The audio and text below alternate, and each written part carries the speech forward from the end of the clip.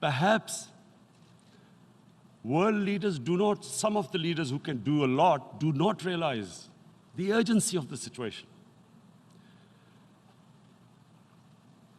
We have a lot of ideas, but as someone said,